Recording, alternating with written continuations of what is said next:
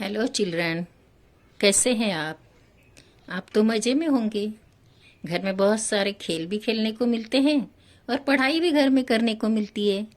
हाँ, बढ़िया मजा आ रही होगी। आज तुम्हाला मी पण एक कविता शिकवणार आहे, मराठीतली कविता। तेही तुमची खेळातली कविता। तुम्ही जे खेळ खेळता ना, आप लोग जो खेल खेलते हैं ना, उसमें की कविता है। आपल्या कविताचं नाव आहे खेळातील स्वयंपाक। हाँ, बच्चे तुम लोग के पास कुछ खिलौने के सेट रहते हैं। जैसे किसी के पास बारबी का सेट रहता है, किसी के पास ABCD वाला सेट रहता है। तो कभी कभी हम लोग के पास किचन का भी सेट रहता है, और वो किचन के सेट में सब पूरा बॉक्स में पूरे किचन के सामान मिलते हैं। तो वैसा ही ये दो भाई बहन यहाँ बैठे हैं और इनके पास पूरा किचन का सेट है। म्हणून ते काय आज खेळून राहिले, खेळातील स्वयंपाक। खेळातच खेळभांडे घेऊन ते मस्त स्वयंपाक करत आहे। स्वयंपाक म्हणजे काय? स्वयंपाक म्हणजे जेवण तयार करायचे। तुम्ही जे जेवता ना, तुमच्यासाठी दररोज आई तयार करते जेवण। तर आज हे दोन्ही भाऊ बहीण काय करत आहे, ते स्वयंपाक करत आहे। तर आज आपल्याला कोणती कविता शिकायची आहे? खेळातील स्वयंपाक। तर मी तुम्हाला ही कविता बोलून दाखवते आणि तुम्हाला मग ही कविता माझ्यासारखी बोलायची आहे। चला तर मग सुरू करू। पिठामध्ये पाणी घालतो, तिंबून तिंबून कणिक मळतो, भर भर भर पोळी लाटतो, पोळीचा फुगा तव्यावर फुकतो, गरम गरम पोळी वाढतो, विडीवरती वांगी चिरतो, गरम मसाला त्यात भरतो, कढाईत तेल मोहरी फुटता, तिखट घालून रस्सा करतो, डाळ तांदूळ भांड्यात भरतो, पाण्याची वर धार धरतो, कुकरच्या तोंडात शिट्टी कोंबतो, स्वयंपाक झाला जाहीर करतो, स्वयंपाक माझा डबीत मावतो, तरीही आम्ही पोटभर जेवतो, पचनासाठी 2 फळे प्रत्येकाला देऊन ठेवतो। अशी आपल्याला कविता म्हणायची आहे। पीठामध्ये पाणी घालतो। पीठ म्हणजे काय? अपन हिंदी में क्या बोलते हैं? आटा, और मराठी में उसको बोलते हैं पीठ। गव्हाचा पीठ, ज्वारीचा पीठ। पीठ म्हणजे आटा। तिंबून तिंबून कणिक मळतो। थोड़ा थोड़ा पानी डाल के वो क्या करता है? आटा मल रहा है। भर भर पोड़ी लटतो, जल्दी जल्दी वो क्या बना रहा है? रोटी बना रहा है बेलकर। पोळीचा फुगा तव्यावरती फूकतो, गरम गरम पोड़ी वाढ़तो। ये देखो उसकी रोटी जो है, रोटी को बोलते हैं पोड़ी। पोड़ी क्या कर रहा है? तवा पर फुगा रहा है, फिर वो सबको गर्मा गर्म रोटी खिलाएगा।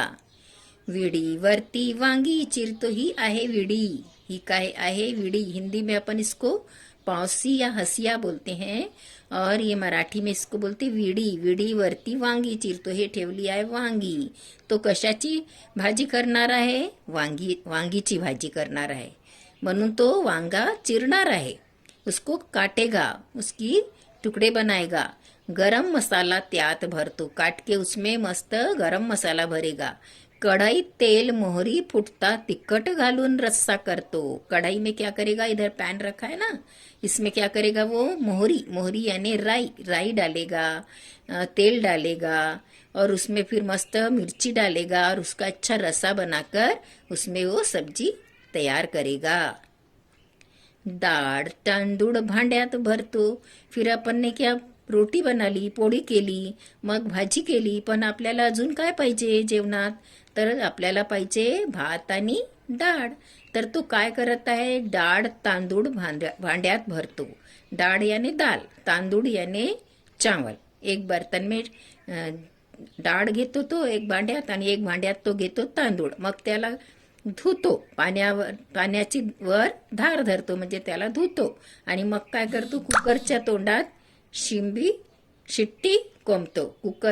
मग कुकर में दोनों भांडे ठेवून तो काय करतो? शिट्टी लावून देतो, आणि शिट्टी आली की तो काय जाहीर करतो? स्वयंपाक झाला जाहीर करतो। म्हणजे आता सगळं झालं, पोळी झाली, भाजी झाली आणि त्यांनी आता कुकरही लावला. कुकर झाला म्हणजे आता त्याचा स्वयंपाक तयार झाला.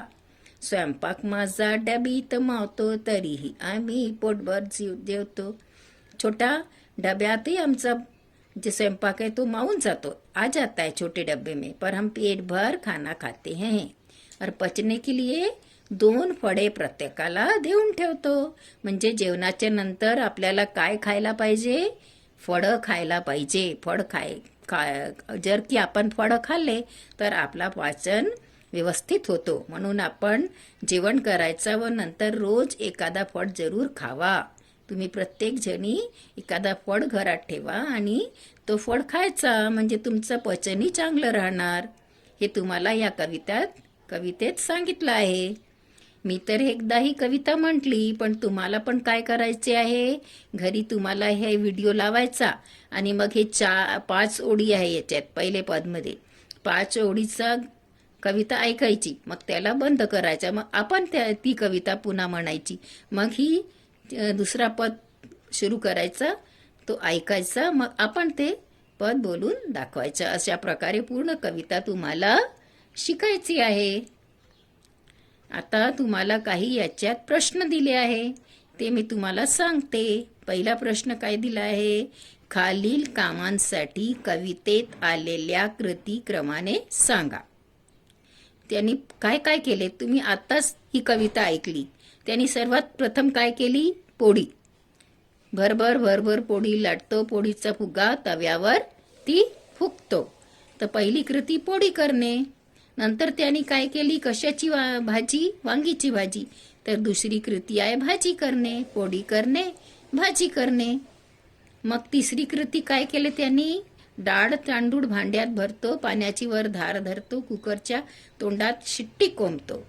तर म्हणजे नंतर त्यांनी भात केले. तर आपल्याला ही जी कृती क्रमाने दिली आहे बरोबरच आहे. पोळी करणे, भाजी करणे, भात करणे, याच क्रमात या कवितेत तुम्हाला सांगितलं आहे की त्यांनी पहिले पोळी केली, नंतर भाजी केली, नंतर त्यांनी भात केला.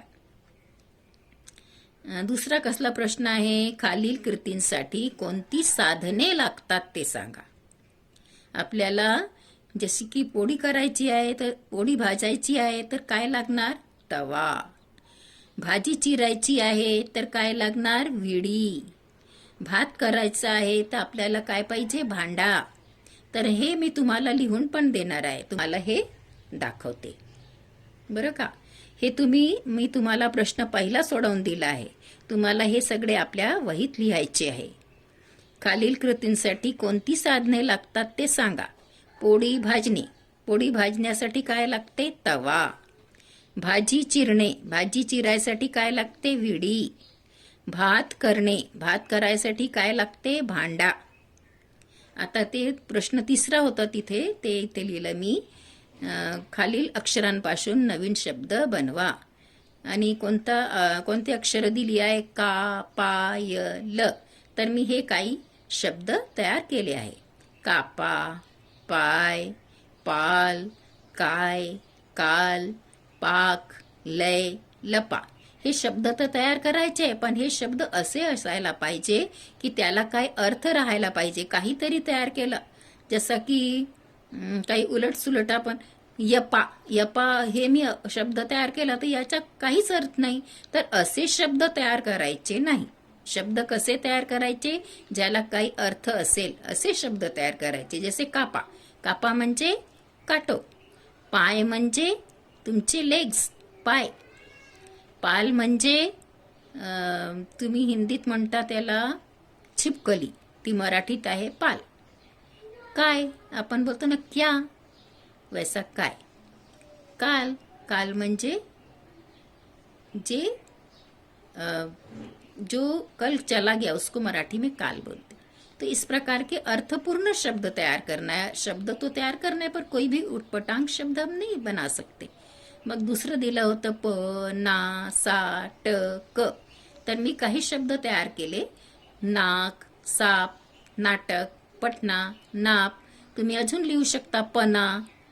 तुम्ही तुमच्या मनाने अजून काही शब्द तुम्हाला येत असतील तर तेही तुम्ही इथे लिहू शकता. मग इथे काय अजून शब्द अक्षर दिली आहे, क, मा, स, वी, र. तर मी काही शब्द तुम्हाला तयार करून दिले आहे. जसे वीर, कवी, मास, मास म्हणजे महिना, मार, मार म्हणजे पिटाई, 20 म्हणजे 20, रस म्हणजे आपला प्यायचा रस, किंवा आपल्याला कोणती कविता ऐकायला मजा येते त्यालाही रस घेणं म्हणतात. सर, कर, समा हे शब्द मी तयार केले आहे. अजून कोणते अक्षर दिले आहेत? मो, री, ह, र, णी, पा. आणि त्याच्यापासून काही शब्द मी तयार केले आहे, ते तुम्हाला बोलून दाखवते. मोहरी, पाणी, हरणी, मोहपा, मोहर. मोहरी म्हणजे तुम्हाला याच कवितात दिलं होतं, मोहरी टाकून मग त्यांनी भाजी केली. मोहरी म्हणजे राई. पाणी, पाणी म्हणजे आपण जे पाणी पितो. हरणी म्हणजे हरिण. मोहपा एका गावाचे नाव आहे. मोहर म्हणजे आपण शिक्का लावतो त्याला म्हणतात मोहर लावणे. म्हणजे मी काही शब्द तयार केले, पण तुम्ही याच्यापासून अधिक शब्द ह्या अक्षरांपासून तयार करू शकता. तर तुम्ही 2-3 शब्द आपल्या मनानेही तयार करून लिहायचे. तर हे जे मी तुम्हाला शब्द सांगितले आणि तुम्हाला मी कविता बोलून दाखवली, तर म्हणजे आपली कविता तर झाली, पण जितकं मी तुम्हाला हे सगळं प्रश्नांची उत्तरे सांगितली हे सगळे तुम्ही तुमच्या वहीत लिहायचे, चांगल्याने लिहून काढायची. आणि तुम्हाला ही कविता जी आहे ती 2 ते 3 4दा घरी बोलायची आहे. म्हणजे तुम्हाला ही कविता बोलायला यायला पाहिजे, कारण की मस्त तुमच्या खेळातली कविता आहे. तुम्ही जसे खेळभांडे खेळता, स्वयंपाक करता खेळात, तर तीच कविता आहे. म्हणून तुम्ही मराठीत ही कविता मस्त शिकून घ्यायची. आणि याच्यात एक अजून तुम्हाला हे प्रश्न दिला आहे, चित्र पहा, वर्णन करा. तर मी हे तुम्हाला चित्राचे वर्णन पुढच्या व्हिडिओला सांगणार आहे. तर आजची आपली कविता संपली आणि मला वाटते तुम्ही लवकरच ही कविता शिकून घेणार. मग मस्त तुम्हाला कविता बोलायला येऊ लागणार आणि मजाही यायला लागणार.